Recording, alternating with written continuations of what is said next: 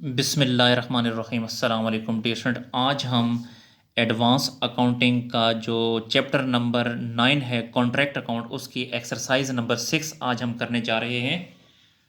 तो contract account है advance accounting Suhail Afzal साहब की, और एक्सरसाइज नंबर 6 है जी। 6 में कहता है X limited was awarded a contract to build an office block in Lahore. जो एक्स लिमिटेड है उसको एक कॉन्ट्रैक्ट दिया गया है ऑफिस ब्लॉक लाहौर में बनाने का, and work commenced eight the site on 1 मार्च 2017। जो काम शुरू किया गया है वो 1 मार्च 2017 को काम शुरू किया गया है। तो डियर स्टूडेंट, इसका मतलब ये है कि ये जो कॉन्ट्रैक्ट है ये 10 महीने का है, क्योंकि 1 मार्च 2017 से लेकर 31 दिसंबर तक 10 महीने बनते हैं। During the period 31st December 2017, the expenditure on the contract were as follows। जी, इस पीरियड के दौरान जो है ये एक्सपेंसेस जो है इस कॉन्ट्रैक्ट पर आए हैं। तो जिसमें मटेरियल इशूड फ्रॉम स्टोर ये एक्सपेंस है, इसको भी डेबिट साइड पे लिखेंगे। मटेरियल परचेज एक्सपेंस है, डेबिट साइड पे लिखेंगे। डायरेक्ट एक्सपेंस ये भी एक्सपेंस है, डायरेक्ट साइड पे डेबिट साइड पे लिखेंगे। वेजेस भी एक्सपेंस है, इसको भी डेबिट साइड पे लिखेंगे जी। उसके बाद charges made by the company for administration expense 21,460। तो जो एडमिनिस्ट्रेशन एक्सपेंस है वो 21,460 है, ये भी एक्सपेंस है, इसको भी डेबिट साइड पे लिखेंगे। फिर plant and machinery purchased on 1 मार्च। जो प्लांट एंड मशीनरी जो परचेज की गई है वो 1 मार्च को परचेज की गई है। फॉर यूज़ एट साइट 1,21,800, 1,21,800 की मशीनरी की जो प्राइस है वो 1,21,800 है। On 31 December 2017 the stock of material at the site amounting to rupees 21,640। तो देखें 31 दिसंबर है, 31 दिसंबर का मतलब ये एंडिंग मटेरियल है। तो एंडिंग मटेरियल 21,640 को आपने कॉन्ट्रैक्ट अकाउंट के क्रेडिट साइड पे लिखना है। And there were amount outstanding for wages 3,660। पहली बात तो ये है कि ये वेजेस एक्सपेंस है, इसको भी आपने डेबिट साइड पे लिखना है। और ये आउटस्टैंडिंग वेजेस है। आउटस्टैंडिंग का मतलब ये है कि ये हमने वेज पे करनी है, जो चीज़ हमने पे करनी होती है वो लाइबिलिटी होती है, इसको लाइबिलिटी साइड पर भी लिखना है। एंड डायरेक्ट एक्सपेंसेस 490, और जो डायरेक्ट एक्सपेंसेस हैं ये भी 490 है, तो एक्सपेंस है इसको भी डेबिट साइड पे लिखेंगे। और ये जो आउटस्टैंडिंग है ये लफ्ज़ डायरेक्ट एक्सपेंस के साथ भी है, तो ये इसे लाइबिलिटी साइड पर भी लिखना है। फिर X limited has received on account the sum of rupees 6,41,700। जो एक्स लिमिटेड है उसने जो कैश रिसीव किया है वो 6,41,700 है, विच represents the amount of certificate number 1 issued by the architect in respect of work complete 31 December 2017 after deducting 10% retention money. तो ये जो एक्स ने अमाउंट रिसीव की है ये 90% रिसीव की है, क्योंकि रिटेंशन मनी 10% है, यानी उसने 10% पैसे रोके हैं। तो फिर 100 में से 10 को माइनस करें तो 90% उसने कैश पे कर दिया, यानी एक्स ने कैश रिसीव कर ली। The following relevant information is also available. कुछ और भी इंफॉर्मेशन है। The plant and machinery has an effective life of 5 year. जी, जो प्लांट एंड मशीनरी हमने परचेज की है उसकी जो एस्टिमेटेड लाइफ है वो 5 साल है। With no residual value, residual value कोई नहीं है। रेजिडुअल वैल्यू या सेल्वेज वैल्यू एक ही चीज़ होती है, तो रेजिडुअल वैल्यू यानी सेल्वेज वैल्यू नहीं है। द कंपनी, आप सेल्वेज वैल्यू या रेजिडुअल वैल्यू की जगह ज़ीरो भी लिख सकते हैं या इसकी जगह कुछ भी ना लिखें। The company only tax credit for 2/3 of the profit on the work certificate. उसके बाद रिक्वायरमेंट में क्या कहता है, प्रिपेयर एक कॉन्ट्रैक्ट अकाउंट, आपने एक कॉन्ट्रैक्ट अकाउंट बनाना है। वर्क इन प्रोग्रेस अकाउंट बनाना है। And show the items appeared in the balance sheet of x limited on 31 December 2017। तो हमने कॉन्ट्रैक्ट अकाउंट बनाना है, वर्क इन प्रोग्रेस अकाउंट बनाना है, और उसके बाद बैलेंस शीट बनानी है। जी डिस्ट्रिक्ट में आपको बताता चलूँ कि इसकी जो बैलेंस शीट होती है वो कभी भी टैली नहीं होती, बल्कि उसमें हम सिर्फ रिलेवेंट अकाउंट लिखते होते हैं। तो अब हम कॉन्ट्रैक्ट अकाउंट बनाने जा रहे हैं जी। तो एक्सरसाइज नंबर 6 और यहाँ पे लिखें कॉन्ट्रैक्ट अकाउंट। तो सबसे पहले मटेरियल फ्रॉम स्टोर है, मटेरियल इशूड फ्रॉम स्टोर, तो यहाँ पे लिखें मटेरियल इशूड फ्रॉम स्टोर 94,110। उसके बाद मटेरियल फ्रॉम स्टोर है, सॉरी मटेरियल परचेज है, ये भी एक्सपेंस है। मटेरियल परचेज है 2,80,700। डायरेक्ट एक्सपेंसेस हैं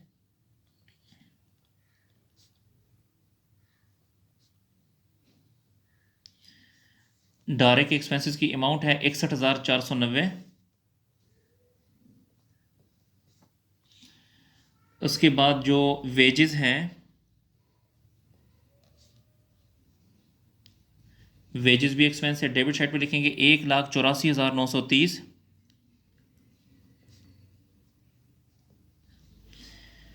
जी, उसके बाद wages made by the company for the administration expense, जो एडमिन एक्सपेंस है 21,460।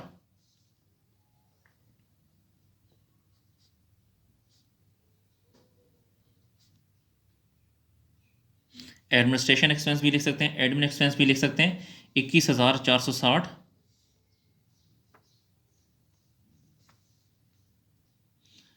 जी, उसके बाद आउटस्टैंडिंग एक्सपेंस, आउटस्टैंडिंग वेजेस लिख दें पहले।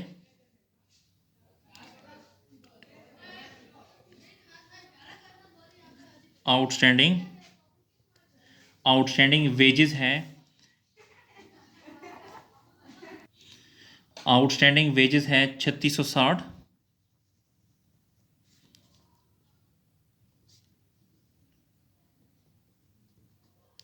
और आउटस्टैंडिंग डायरेक्ट एक्सपेंसेस हैं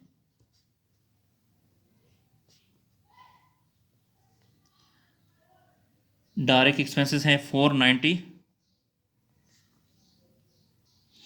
जी, अब हम डिप्रिसिएशन रहता है वो भी,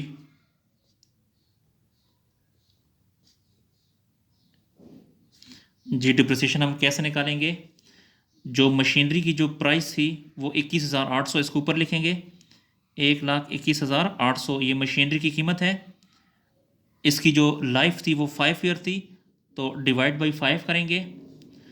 और ये जो कॉन्ट्रैक्ट है ये 10 महीने का है, तो 10/12 करेंगे। जी दोबारा सुने, डिप्रिसिएशन कैसे निकालेंगे। ऊपर लिखना है कॉस्ट ऑफ एसेट यानी कॉस्ट ऑफ मशीनरी, वो 1,21,800 की मशीनरी है।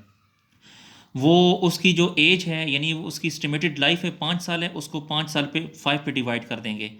और ये जो कॉन्ट्रैक्ट है ये 10 महीनों का है, तो इसलिए इसे 10/12 करेंगे। तो इसकी कैलकुलेशन करने से आ जाएगा 20,300। 20,300। इसके अलावा जो मटेरियल एट साइट है यानी क्लोजिंग मटेरियल, इसको इस साइड पे लिखेंगे मटेरियल एट साइड 21,640। उसके बाद जो वर्क सर्टिफाइड है,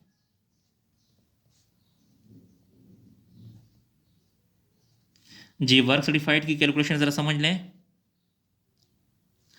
देखें जो 90% वर्क सर्टिफाइड है यानी कैश रिसीव जो 90% हुई है, उसमें जो कैश रिसीव है वो 6,41,700 है। तो 100 में कितनी होगी, जो हमें कैश रिसीव हुई है वो 6,41,700 है, वो 90% है, तो 100 में कितनी होगी, तो 100 में होगी 7,13,000।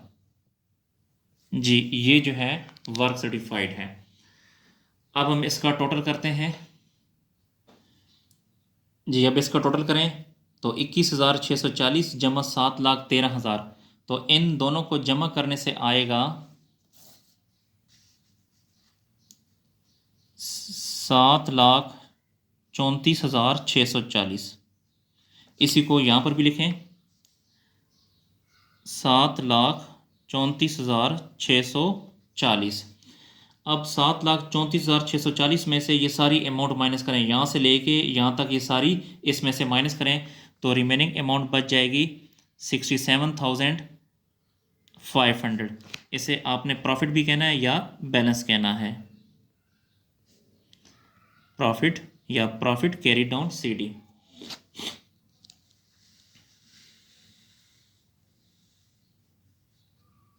जी उसके बाद यही जो प्रॉफिट है 67,500, इसको यहाँ पर भी लिखें,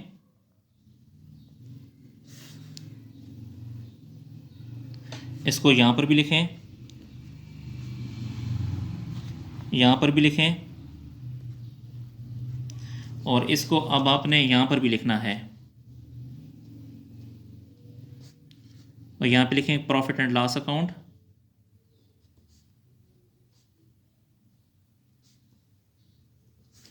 ये जो 67,500 है, इसका रूल के मुताबिक 2/3 लेंगे तो ये आ जाएगा 45,000। ये जो 45,000 है, इसका जो हमें कैश रिसीव हुई थी 90%, तो इसका 90% लें, यानी जो वर्क सर्टिफाइड है वो 90% है, तो इस 45,000 का 90% आएगा 40,500। अब 67,500 में से 40,500 को माइनस करेंगे तो रिमेनिंग अमाउंट बच जाएगी 27,000। इस 27,000 को आपने रिज़र्व कहना है। 40,500 प्रॉफिट है और 27,000 जो है ये रिज़र्व है। जी रिक्वायरमेंट के मुताबिक अब हम इसकी वर्क इन प्रोग्रेस अकाउंट बनाएंगे।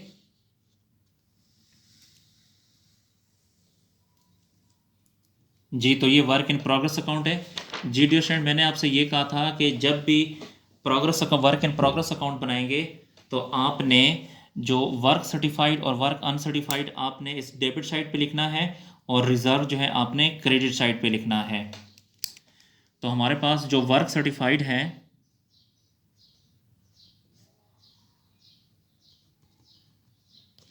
वर्क सर्टिफाइड है 7,13,000, और वर्क अनसर्टिफाइड नहीं है इसलिए उसको यहाँ पे नहीं लिखा। और जो रिज़र्व है, जी रिज़र्व की अमाउंट अगर आप देखें तो ये 27,000 है, तो रिज़र्व में लिखें 27,000। अब इन दोनों में से कौन सी साइड बड़ी है? ये वाली साइड बड़ी है, तो ये इधर लिखें 7,13,000, यहाँ पर भी लिखें 7,13,000। 7,13,000 में 27,000 को माइनस करेंगे तो 6,86,000 आ जाएगा। इसे आपने बैलेंस कहना है। जी डियर स्टूडेंट, हमारा जो वर्क इन प्रोग्रेस अकाउंट भी बन गया। अब इसके बाद अब हम बैलेंस शीट बनाते हैं।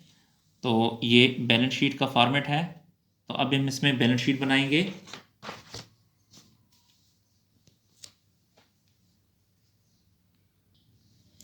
तो सबसे पहले लायबिलिटी साइड पे प्रॉफिट लिखें। प्रॉफिट है 40,500।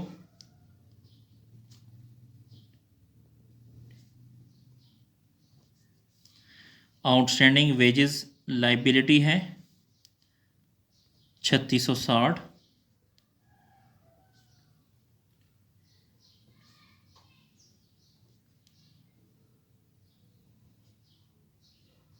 आउटस्टैंडिंग डायरेक्ट एक्सपेंसेस जो है वो 490 है। अब आपने एसेट साइड पर आना है। तो एसेट साइड पे सबसे पहले आपने लिखना है यहाँ पे वर्क सर्टिफाइड,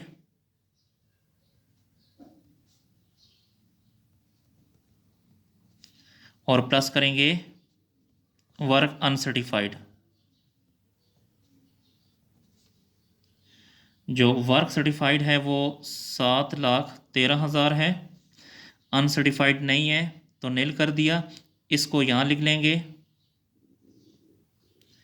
इसमें से आपने माइनस करना है कैश रिसीव्ड।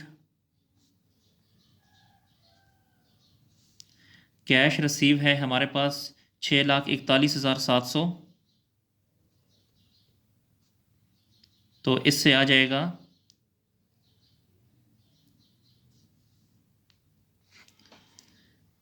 71,300।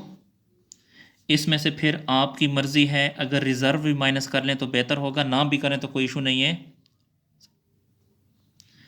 रिज़र्व है 27,000, ये माइनस करेंगे तो आउटर कॉलम में आ जाएगा 44,300। इसके अलावा जो हमारे पास मशीनरी की अमाउंट है,